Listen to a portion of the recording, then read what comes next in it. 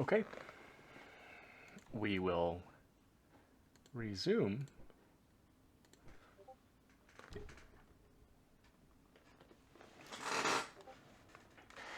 So, oh, cool. Okay, so they've got their own artillery piece in Fort Sumter now. I believe that when I left off, I was trying to decide what to do with my forces in Fairfax. Is that right?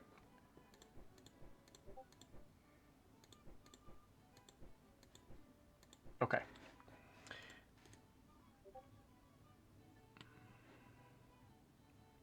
I remembered his name. This is Joe Johnston.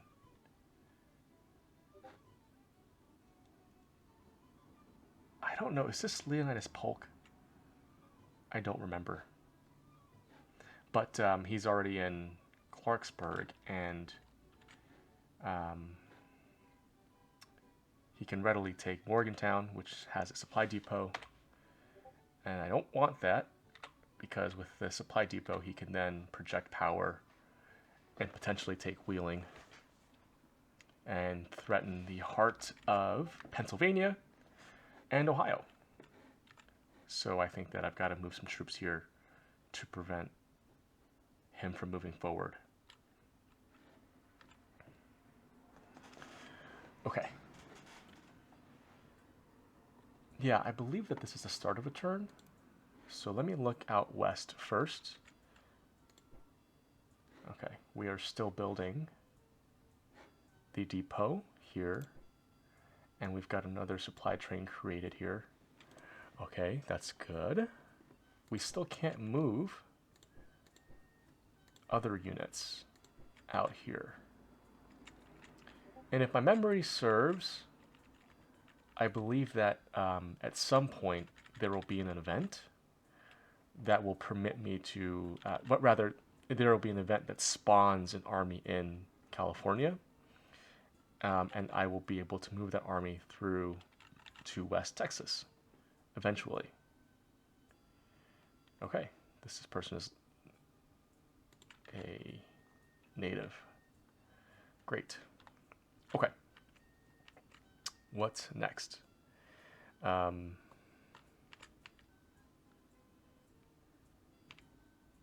So I'm moving this volunteer unit. Okay. That's right, I remember that. And I've got some generals here that have redeployed to St. Louis. Unfortunately, the units in St. Louis are still not able to move, but I will combine them and make it easier to control. The Confederates have decided to put demonstration here, which is it lowers loyalty here. It'll cost 10,000 for them, so they're basically trying to increase loyalty amongst the population here in St. Louis to the Confederate side. And hopefully they're not successful. Okay, can anyone else here move? Because I'd like to move another infantry regiment, another volunteer unit to join McClellan. Because what'll happen is, next turn, he will train up this unit, the 2nd Ohio Volunteers, and I will need to have already in place 2 more regiments here. So here's the, oh wait, no, the first will be coming in from Cairo, and I will be able to attach this volunteer unit, the 1st Illinois Volunteers, to McClellan, but I will need a second one to be able to do so, and sort of to maximize efficiency. So let's see, can I find another set of volunteers that I can move to join McClellan?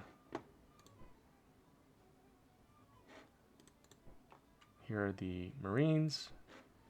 Here's the Washington Brigade. Scott's command. Let me join the Washington Brigade and these generals. Shields is here. Schurz is here with his cavalry unit. I've got an artillery battery being built in Westchester. Is there anyone else? Because I know that I have folks here, but I can't move any of them.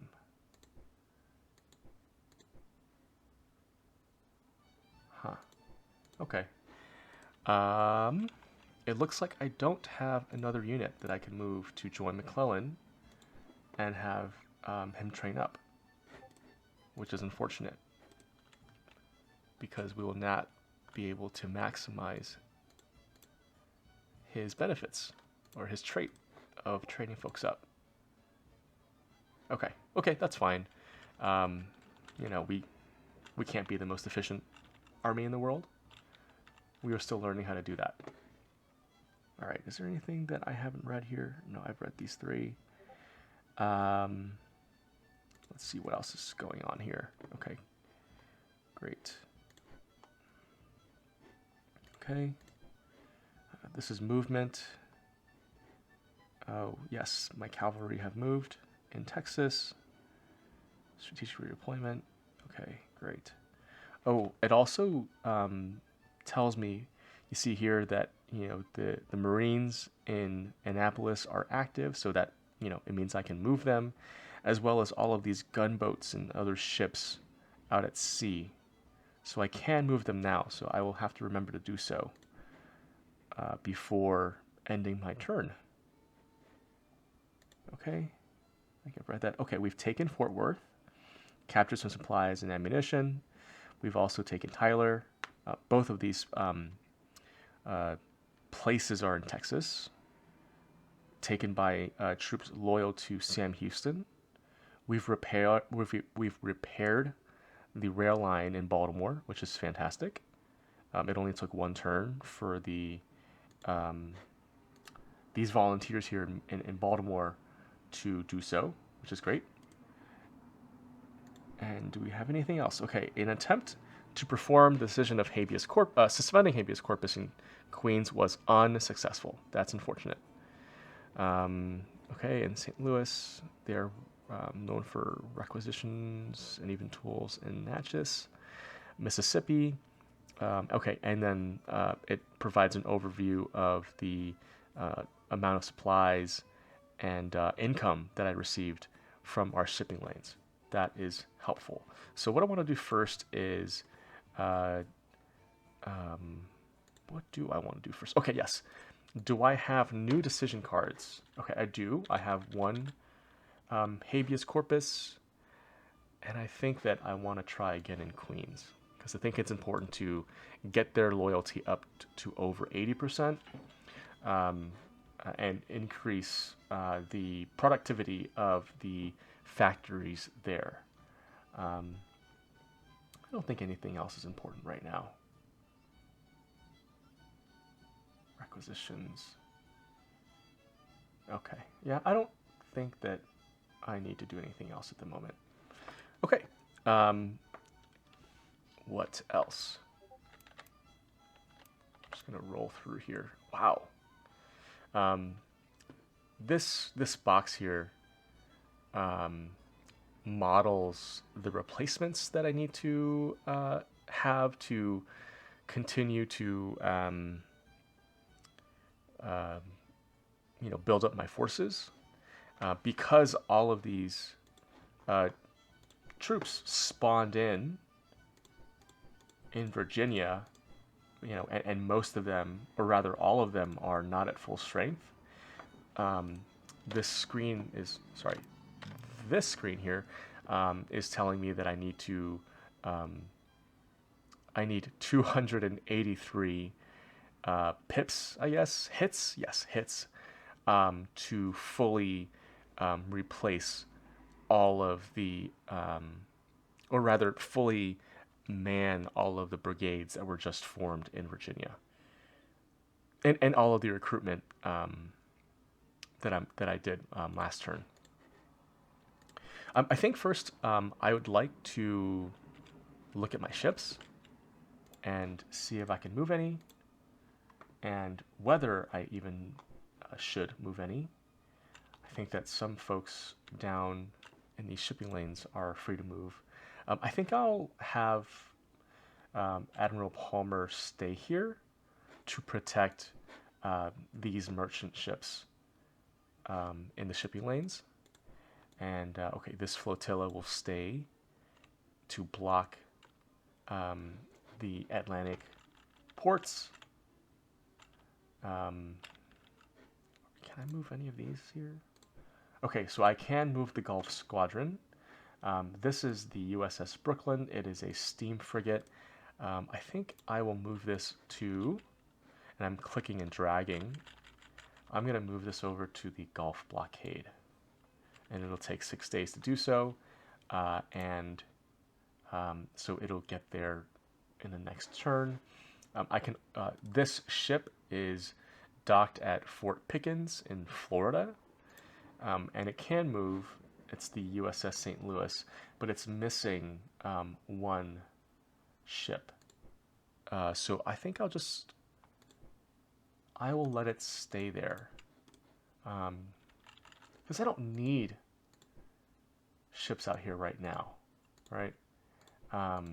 This blockade is quite good for the beginning of the war.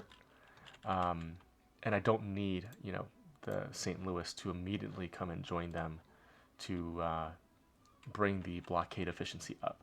So I'll leave that. I should say that within the first year, my hope is to capture New Orleans. There is a lot of industry here, and it's an important hub for bringing in supplies for the South. And once we take this, we would effectively cut the Mississippi from the southern end, from the where the Mississippi empties into the Gulf of Mexico, and have that constrained on the south side. And then again, when we look up here to St. Louis and even to Cairo, having the northern most Confederate-controlled end of the Mississippi be controlled by federal forces as well. And so we'll slowly but surely push our way down along the Mississippi, passing Island 10, which is here, and Fort Pillow, and eventually to capture Vicksburg, which is here in Mississippi, and then again moving on down to cut the two halves of the South. I don't know that we will be pushing up from New Orleans. I think that the troops that land here will probably just be a garrison unit, where it's strong enough to sort of hold the city and defend itself from Confederate attacks, but not big enough to conduct offensive actions, let's say into Baton Rouge. I don't think that I will be landing a large enough force for that. I think that for the most part in the first 2 years or so, most of my recruitment will happen in the east, and I want those troops to remain in the east to protect DC and any incursions into Maryland and maybe even Pennsylvania from the south. But again, I want to leave a big enough force here in New Orleans to both capture it and to hold it. And what that'll do is I will of course be sending maybe a corps down, right? And so that'll be splitting my own forces, but it'll also force the South to send some of its troops from maybe the Eastern Theater in Virginia or the Western or the Mississippi region down, and so that'll force it to funnel troops away from other theaters to help sort of tend to defending Louisiana from that invasion. Okay. I think the last thing that I want to think about is, are these troops um, that are moving around Virginia, and how I can defend against them, and maybe even discuss how combat power is impacted by the commanders of these stacks. So yes, so I think I will do that, and hopefully I can be brief. So and also I don't quite remember entirely how it's impacted, and so I'm going to sort of try and remember things as I go. So first, um, units that spawned in Alexandria, Virginia, include um, Irvin McDowell, um, the 4th Division under General Runyon, the 2nd Division under General Hunter, the 5th under General Miles, the 3rd under Heintzelman, and the 1st under Tyler. And as you can see here, these are quite robust divisions, um, and they've got some decent combat power, but they are not led by particularly noteworthy people. They're all their ratings are 311, and so that is really the bog standard, or the floor of what I think a commander in this game should have. Fortunately, um, Irvin McDowell has better offensive and defensive scores, but he has a worse strategic score of 2.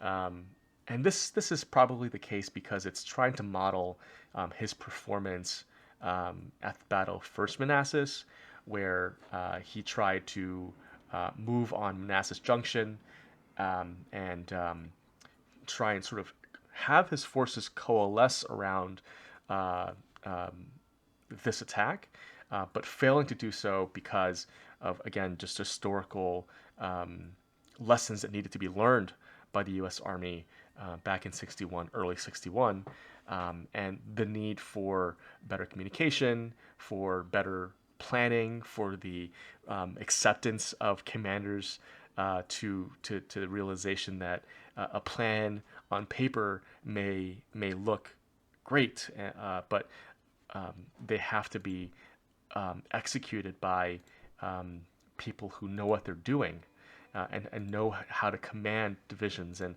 unfortunately, none of the commanders, or rather, I should say, most of the commanders of the Union Army at this time just didn't know how to command thousands or tens of thousands of troops at one time, and that's because they just didn't have that experience. The wars that were fought by the U.S. didn't require those kind of numbers prior to the Civil War, and so the U.S. Army just didn't have that institutional knowledge to command these sort of huge armies on such huge battlefields. And famously, the South won the Battle of First Manassas, or Bull Run, because they were able to, of course, effectively defend some pretty strategic hills along Manassas, the battlefield of Manassas, but also rail in troops from the Shenandoah Valley, commanded by Stonewall Jackson, and he was able to come in and roll up the flank of the Union Army as he was arriving on the battlefield by train. And I believe that that was the first time in world history that that kind of strategic deployment was undertaken. The use of trains to rapidly move troops from hundreds of miles away, to a battlefield, and effectively support an army. I believe that the Shenandoah Valley, Winchester and Strasburg is hundreds of miles. Maybe it's not. Maybe it's 100 miles from Manassas, but it's a long ways away. Let's say, for all intents and purposes, he would not have been able to march his troops on foot in a day's notice to